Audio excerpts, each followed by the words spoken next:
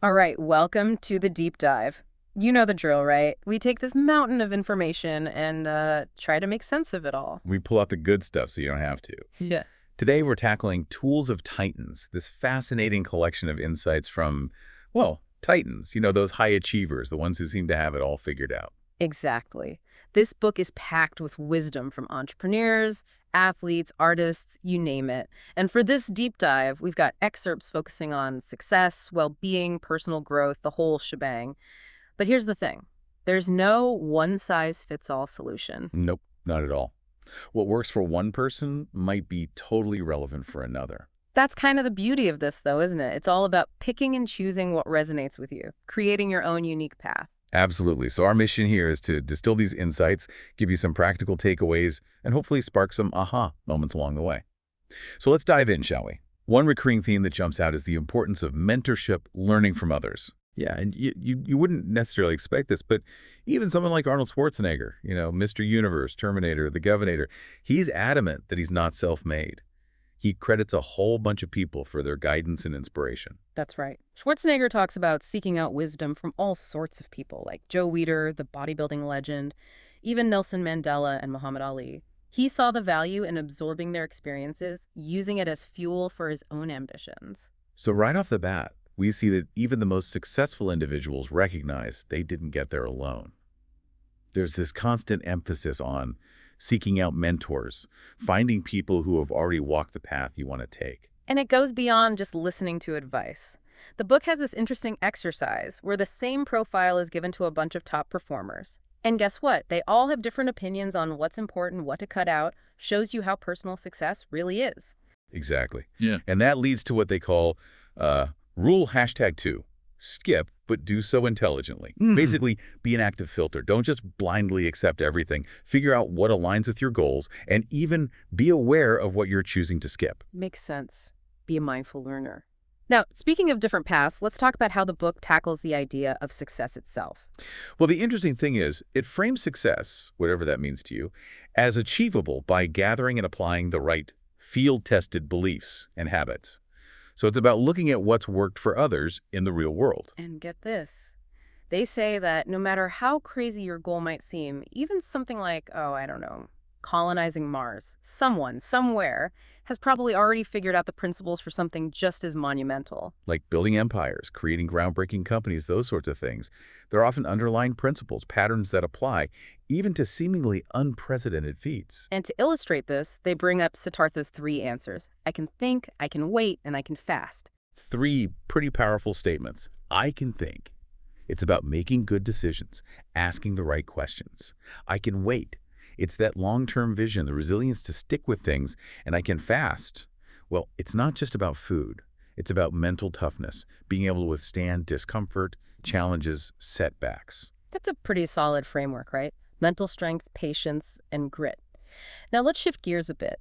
The book spends a lot of time on physical well-being, performance. Yeah, it gets very practical here. Yeah. We've got sauna use for endurance, a favorite of Amelia Boone, the obstacle course racer, and cyclist David Zabriskie. Zabriskie actually saw it as a viable alternative to high-altitude training. And remember, this is a guy who won a Tour de France stage at crazy speed, so clearly he was onto something. Rhonda Patrick, she's a researcher in this area, even lays out some specific protocols for maximizing the benefits of sauna. So consistent sauna use, it seems, can actually mimic some of the effects of altitude training, boosting endurance. Yeah. Now, another big takeaway, this comes from Coach Christopher Sommer. Consistency over intensity.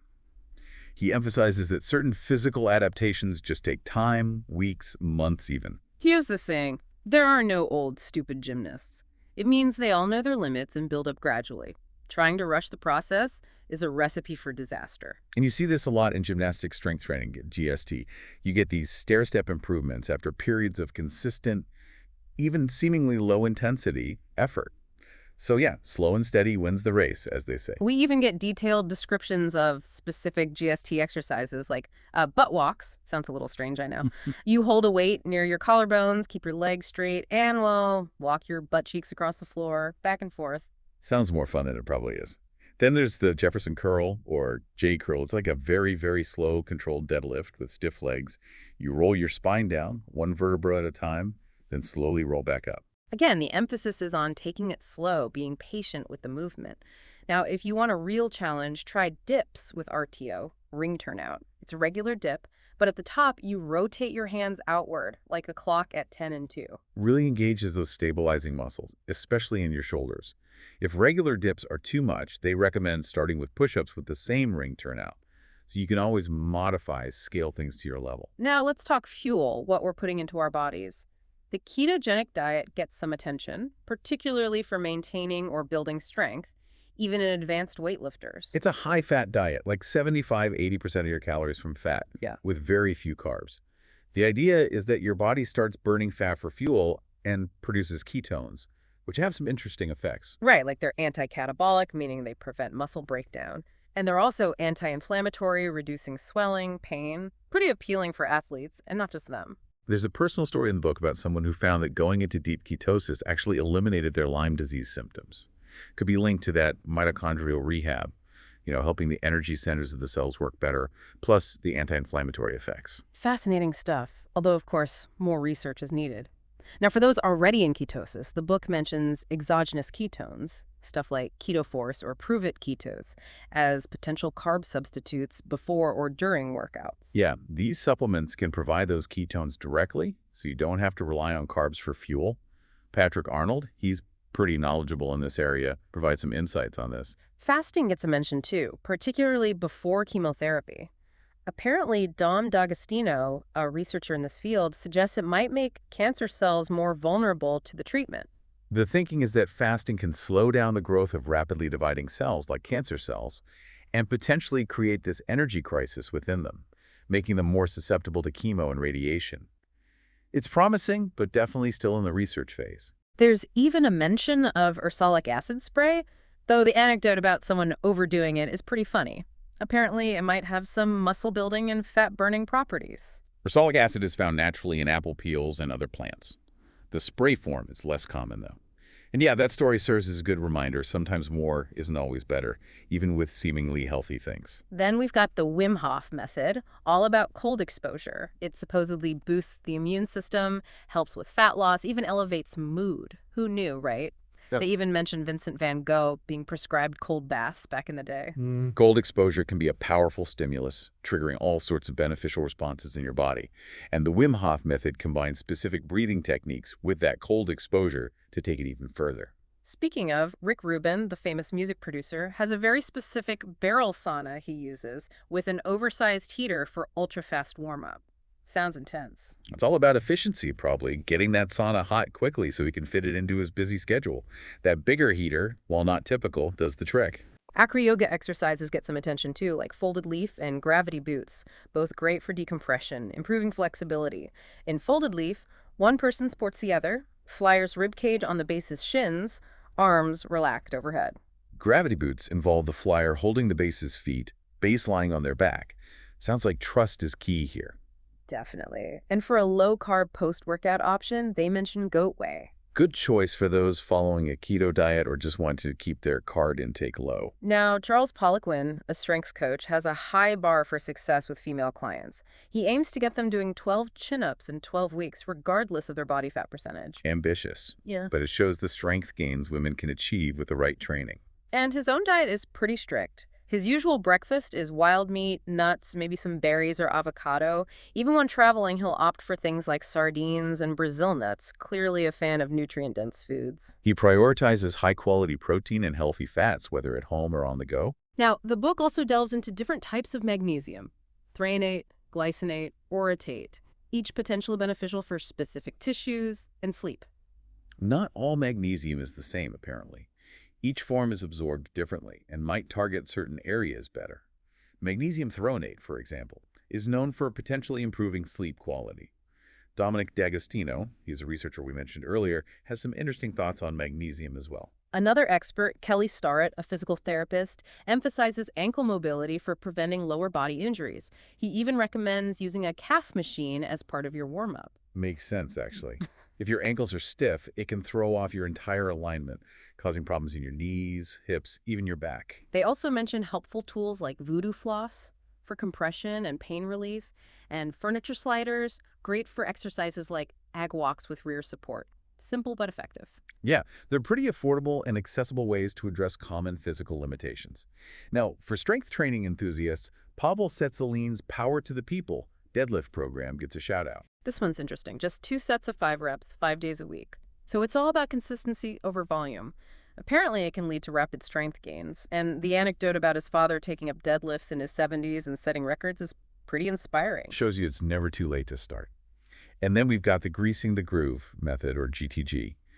It involves frequent practice of a movement, but it's submaximal intensity, meaning you're not going all out. So lots of rest between sets, low reps, especially for those maximal strength movements. This is about improving your nervous system efficiency, making the movement smoother, more powerful over time. Interesting approach. Now let's move on to relationships and communication. Laird Hamilton, the big wave surfer, has a pretty straightforward take on successful couples. He says it boils down to the man respecting the woman. Simple but profound. Mutual respect is the foundation of any healthy partnership. His wife, Gabby Reese, a former pro volleyball player, adds that women can foster more respect by not trying to change their partners or, mother them. Men, on the other hand, need to feel supported in expressing themselves. So it's about recognizing those different needs and allowing each person to feel valued and empowered in their own way. Let's switch gears again to mindset and personal growth. Gabby Reese offers some advice she'd give her 30-year-old self. Don't take things so personally, but also don't hold back your talents for fear of what others might think. Good advice. It's about finding that balance between not letting criticism get to you and being confident enough to share your gifts with the world. Now, the book also touches on the use of psychedelics like ayahuasca, MDMA, mushrooms, LSD for self-exploration, gaining a deeper understanding of the self. But they do include a note of caution, acknowledging that experiences can vary widely. It's a growing area of interest, but it's crucial to approach it responsibly and be aware of the potential risks. They point to specific profiles, like Dan Engel and Martin Polonco, who delve into this topic in more detail. Kelly Starrett, we've talked about him before, shares a funny anecdote about his cup of fear, which turned out to be a crazy strong coffee he accidentally drank. It's a lighthearted way to illustrate how we often create our own limitations. And sometimes being pushed beyond our comfort zone can lead to surprising results. He also has this principle: if you can't breathe, you don't know thy position. Basically, if your breathing is restricted, it means your body's not in the right position for whatever you're doing. Makes sense, particularly for physical activities. Good breathing is essential for optimal movement and performance. One of his top daily mobilizations is the cow stretch, or cat camel. It's a simple way to improve spinal extension, which is crucial, especially if you're sitting a lot. Yeah, maintaining good spinal mobility is essential for overall health and well-being. Now, the book also talks about morning priming routines, things like a cold plunge or specific breathing exercises as alternatives to traditional meditation. Tony Robbins is a big proponent of this. It's about shifting your state upon waking up, boosting your energy, focus, and mental clarity right from the start. Some solid book recommendations for mindset, too, including Man's Search for Meaning, Mindset, and As a Man Thinketh. Classics for a reason. They dive into the power of affirmations as well. Scott Adams, the Dilbert creator, attributes his success, at least in part, to consistently affirming his desire to become a famous cartoonist. It's like training your mind to focus on what you want, which might make you more likely to notice opportunities that align with that goal. Shaun White, the snowboarder, uses a mindset strategy he learned from Andre Agassi, reminding himself that no matter the outcome, he's going home to his family. Helps to keep things in perspective, especially when the pressure's on. They also recommend Agassi's autobiography, Open, as a great read on this topic. And overcoming peer pressure is a big theme, too. Shaun White, again, he talks about his experience at the Toyota Big Air competition, where he wanted to try this unconventional move, even though others thought it was crazy. And it paid off. It shows you the importance of trusting your gut, pursuing what you believe in, even when others doubt you. Then they delve into the concept of category kings in marketing. Basically, these are companies that dominate specific niches like Tandem Computers, Stratus Technologies, Cray Research. Or companies that create entirely new categories, like Commodore, for example. They didn't just compete in the computer market, they created the category of the home personal computer, and they dominated it. Derek Sivers, founder of CD Baby, has this interesting philosophy. Focus on enough. Finding contentment instead of always chasing more, more, more. A listener even shared their experience with applying Derek's and your ideas with great results. It's a refreshing perspective. It's not about settling, but rather about defining success on your own terms, finding satisfaction in what you already have. And you can find more of Derek's work at 4hourworkweek.com/Derek, by the way. Derek even has this funny life mission where he wants to train parrots to say it won't make you happy. A bit of satire to highlight our obsession with external validation. Right. We're always seeking happiness in things, achievements, when often it's right here, in the present moment.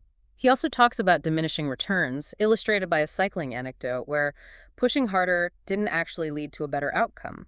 Sometimes more effort isn't the answer. It's a valuable lesson that applies to many areas of life. Know when to ease up, when to strategize, instead of brute forcing things. Now, Derek also believes in the power of choosing to be confident even if you don't have a reason to be. He even quotes Kurt Vonnegut. We are what we pretend to be, so we must be careful about what we pretend to be. Fake it till you make it, in a way. But it's more about recognizing the self-fulfilling nature of our beliefs and the impact of our actions on our internal state. And he built CD Baby, this hugely successful company, with a very simple system that allowed it to run pretty much on autopilot. The power of automation, right? Create efficient systems, free up your time and mental energy for other things. He's also big on challenging the status quo, questioning those assumptions we often make about how things should be. Leads to innovation, right? You discover new and better ways of doing things when you're not afraid to question the normal way. Speaking of innovation, Matt Mullenweg, the co-founder of WordPress, shares a funny story about misplacing a huge investor check. Reminds us that everyone makes mistakes, even the big players. In his company, Automatic, they have a unique hiring philosophy. Remote work, asynchronous communication, a real focus on passion and attention to detail. It's a very modern approach. Then there's loving kindness meditation from Chade Ming Tan, an early Google engineer. It involves focusing on sending feelings of happiness and well-being to yourself and others. Simple, but apparently very powerful. Shifting your focus outwards, cultivating empathy and connection can have a huge impact on your own happiness. And then, of course, we've got Tony Robbins and his State You Story strategy framework. Before you even think about strategy, you need to manage your emotional state and the internal story you're telling yourself. Makes sense, right? Your emotions and beliefs will color everything you do, so getting those right is essential. Chris Sacca, the venture capitalist, made a deliberate choice to move to Truckee, California before he hit it big. He prioritized lifestyle over chasing immediate success. It's about designing your life intentionally, not waiting for some future point to finally enjoy yourself. Chris also had this clever trick of taking detailed notes during high-level Google meetings, even when he wasn't directly involved. A sneaky way to gain access, learn from the best, even if you're not officially part of the inner circle. And he's known for his cowboy shirts, a little touch of personal branding that makes him stand out. Shows you the power of personal style, creating a memorable image. He also talks about this tough summer job his dad arranged for him, which really instilled a strong work ethic. Sometimes those early experiences, even the tough ones, can shape you for the better. The book emphasizes that good stories always beat good spreadsheets, whether you're in business, marketing, or any field where you need to connect with people. Humans are emotional creatures, right? We respond to stories, to narratives, more than dry facts and figures. Mark Andreessen, a Silicon Valley legend, has this forward, we don't stop mentality. Decisive action, no second guessing. Momentum is key, especially in fast-paced environments. And he champions the idea of strong views, loosely held. So be confident in your opinions, but be willing to change your mind when presented with new information. It's a balance between conviction and humility. Be open to being wrong. His principles for success are pretty simple. Be so good they can't ignore you, and smart people should make things. Hard to argue with that. Strive for excellence, create something meaningful. He also has a funny take on his ideal day. 10 hours of caffeine, followed by 4 hours of alcohol. I've got my own writing fuel, yerba mate, and a glass of Malbec. Hey, whatever works, right? We all have our little rituals and coping mechanisms. Speaking of Derek Sivers, he's a big fan of Charlie Munger, Warren Buffett's partner, and his book Seeking Wisdom. And he credits Tony Robbins' Awaken the Giant Within with having a major impact on his life. The importance of lifelong learning. Always seeking new insights and wisdom from those who have achieved what you aspire to. Now let's talk about the tough stuff. Challenges and setbacks. Dan Carlin, the Hardcore History podcast guy, encourages you to don't be afraid to do something you're not qualified to do. He even uses this analogy. Amateurs built the Ark, while professionals built the Titanic. Makes you think, doesn't it? And Ramit Sethi, he's the I will teach you to be rich guy. He had a clever strategy for launching his blog and courses. He did a lot of guest posting on other established platforms. Smart move. Leverage those existing audiences, build your credibility. And his pricing strategy is interesting. Gives away a lot of content for free, but charges a premium for his flagship courses. Kind of like what you do, right? It's a model that works. Attract a large audience with free value, then offer premium products for those who want to go deeper. The book also mentions some helpful tools for efficiency. Text Expander for automating frequently typed text, and Boomerang for Gmail for better email management. Little things can make a big difference in productivity, especially if you're dealing with a lot of emails and writing. For the podcasters out there, they recommend the Audio-Technica ATR 2100 USB and the Yellowtech IXM microphones. Good options for decent audio quality without breaking the bank. Ed Catmull, the Pixar co-founder, shares his experience with the company going public and the logic behind Steve Jobs' decision. Shows you the business side of things, even for a creative company like Pixar. Strategic decisions, market timing, it all plays a role. Heston Blumenthal, the chef, he's all about hold the standard, meaning uncompromising quality in everything he does. No cutting corners, even when things get tough. It's that dedication to excellence that sets him apart. Now, Chris Sacca, he recommends the second law of thermodynamics as an anti-bullshit manual. Interesting take. Using scientific principles to cut through the hype, evaluate ideas more objectively. The book Who is highlighted for its importance in hiring, emphasizing that the people you bring on board are more important than the specific roles you're filling. The right team, the right people, that's what makes or breaks a company, a project, any endeavor, really. Ryan Holiday, he advocates for this Canvas strategy, focusing on supporting others, helping them succeed. It's counterintuitive, but it makes sense. By lifting others up, you indirectly elevate yourself. They talk about evaluating new products based on their emotional impact, using Twitter as an example. Yeah, it's about understanding how people will feel, how they'll connect with something, not just the technical features. Neil Strauss, the author, he gives this great piece of advice for innovation. Don't accept the norms of your time. Don't be afraid to question things. Challenge the way things are done. That's where true breakthroughs happen. And for writers out there, Neil has this habit of aiming for just 2 crappy pages a day. It's about building momentum, not getting stuck on perfection. Just get it out there, edit later. Consistency trumps perfection, especially in the early stages. He also talks about being vulnerable in interviews as a way to get others to open up. It creates trust, reciprocity. You share something personal, and they're more likely to do the same. And he reflects on his learnings from the past year, drawing insights from Rick Rubin, Laird Hamilton, Gabby Reese, even Elmo from Sesame Street. You never know where inspiration will strike. Be open to learning from everyone, regardless of their background or field. He lives by these quotes. Be open to whatever comes next, and a general emphasis on compassion and love. Good guiding principles for navigating life's uncertainties. They also talk about reframing quitting as moving on. Not a failure, but a shift towards something better.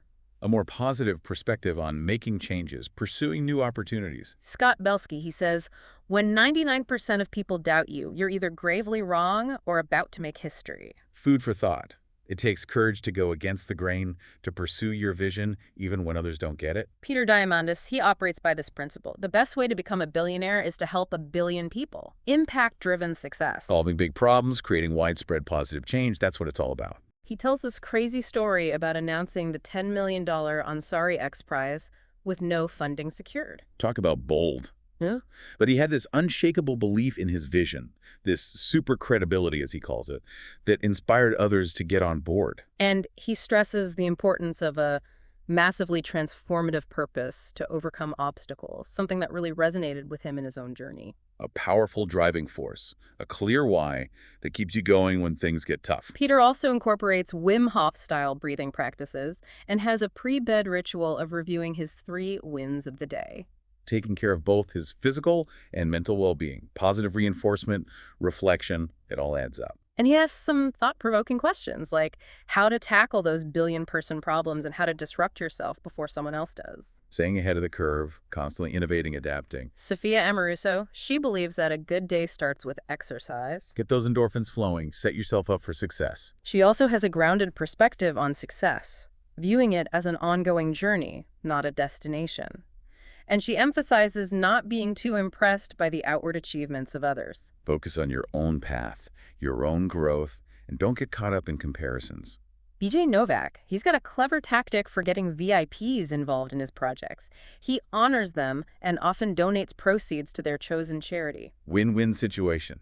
Everyone benefits, and it's all for a good cause. BJ also has a love for films that break the mold, like Casablanca, Pulp Fiction, those unconventional masterpieces. Shows an appreciation for creativity, pushing boundaries, challenging norms. And he recommends podcasts like Intelligence Squared and The Great Debates for sharpening those critical thinking and debating skills. Engaging with different viewpoints, articulating your arguments, it's valuable in any field. BJ uses Moleskine notebooks for jotting down ideas, has a whole system for managing them. A tangible way to capture and organize those creative thoughts. He recommends the book Daily Rituals, too, which looks at the often weird routines of famous people. It humanizes those high achievers, shows that they're not so different from us. We all have our quirks and routines. BJ's advice to his younger self: savor those special moments. Don't get so caught up in worrying about the future. Good reminder. Be present, enjoy the journey. Now, you also share your own experience of stepping back from actively investing in startups and the key questions that led to this decision.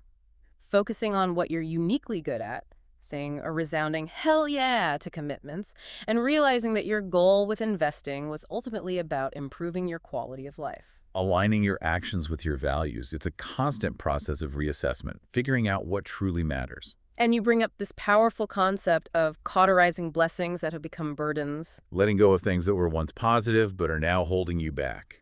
It can be tough, but sometimes it's necessary for growth. You also talk about the importance of health, something that became even more apparent after your bout with Lyme disease. Can't take it for granted. Good health is the foundation for everything else. You touch on the importance of understanding correlated investments. Ray Dalio's warnings about potential market crashes. Important to be aware of the risks. Diversify your portfolio, not put all your eggs in one basket. You also share a long-term view on investing, the idea that you don't have to rush things, you can even take breaks and come back later.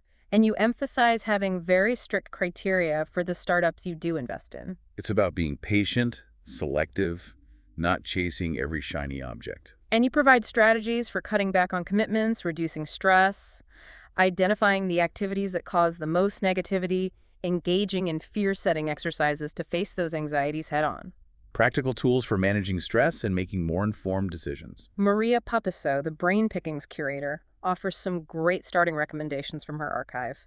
Pieces on Seneca, Finding Purpose, Alan Watts, all fascinating reads. She's a treasure trove of intellectual and philosophical exploration. And she shares what she considers the worst advice. Follow your dreams without first understanding yourself. It's about knowing who you are, what you truly want, before chasing some vague notion of dreams. Jocko Willink, the former Navy SEAL, his mantra is, discipline equals freedom. Sounds paradoxical, but he explains how having discipline, structure, actually gives you more control over your life. It's about setting those boundaries, having routines so you're not constantly fighting against yourself. He's also a big advocate for extreme ownership, taking full responsibility for everything that happens in your life. No blaming others, no making excuses. It's about empowerment, taking control. For digital security, they recommend Veracrypt for managing passwords, and they introduce this concept of hidden volumes for extra protection. It's a digital world, and protecting your information is crucial. Chris Sacca, he gives this advice for mentorship. Watch someone senior to you, a respected peer, and someone who reports to you. Learn from all angles. A 360-degree approach to professional development, gathering insights from different perspectives. Shay Carl, he suggests learning from your future self by imagining what advice your older, wiser self would give you now. A way to get some perspective on your current challenges. Align your actions with your long-term goals. He also talks about falling in love with the process of creating content, even when he wasn't good at it or getting much recognition. The power of intrinsic motivation, doing something for the love of it, not just for external validation. Sam Harris, he reflects on being wrong about psychedelics and their potential for insights into meditation and the nature of the self. It's about being open to new information, challenging your own beliefs, even if it means admitting you were wrong. He also recommends The Things They Carried by Tim O'Brien, a powerful book that explores the human condition. Always good to have some book recommendations, right? Caroline Paul, she shares her experience of illegally climbing the Golden Gate Bridge and introduces this concept of putting fear in line. It's not about eliminating fear, but being brave despite it. Courage isn't the absence of fear. It's acting in the face of fear. She also emphasizes practicing courage, treating it as a skill that can be developed over time. The more you do it, the easier it becomes. Stepping outside your comfort zone is a muscle you can build. Caroline also challenges the idea of fragility, especially for girls. She says, injury isn't the worst outcome. It's about encouraging resilience, taking calculated risks. The different way of thinking about raising kids, about life in general, really, not sheltering yourself or others too much. She describes her own fear-setting exercise, where she realized the actual risks of making a big life change were pretty low compared to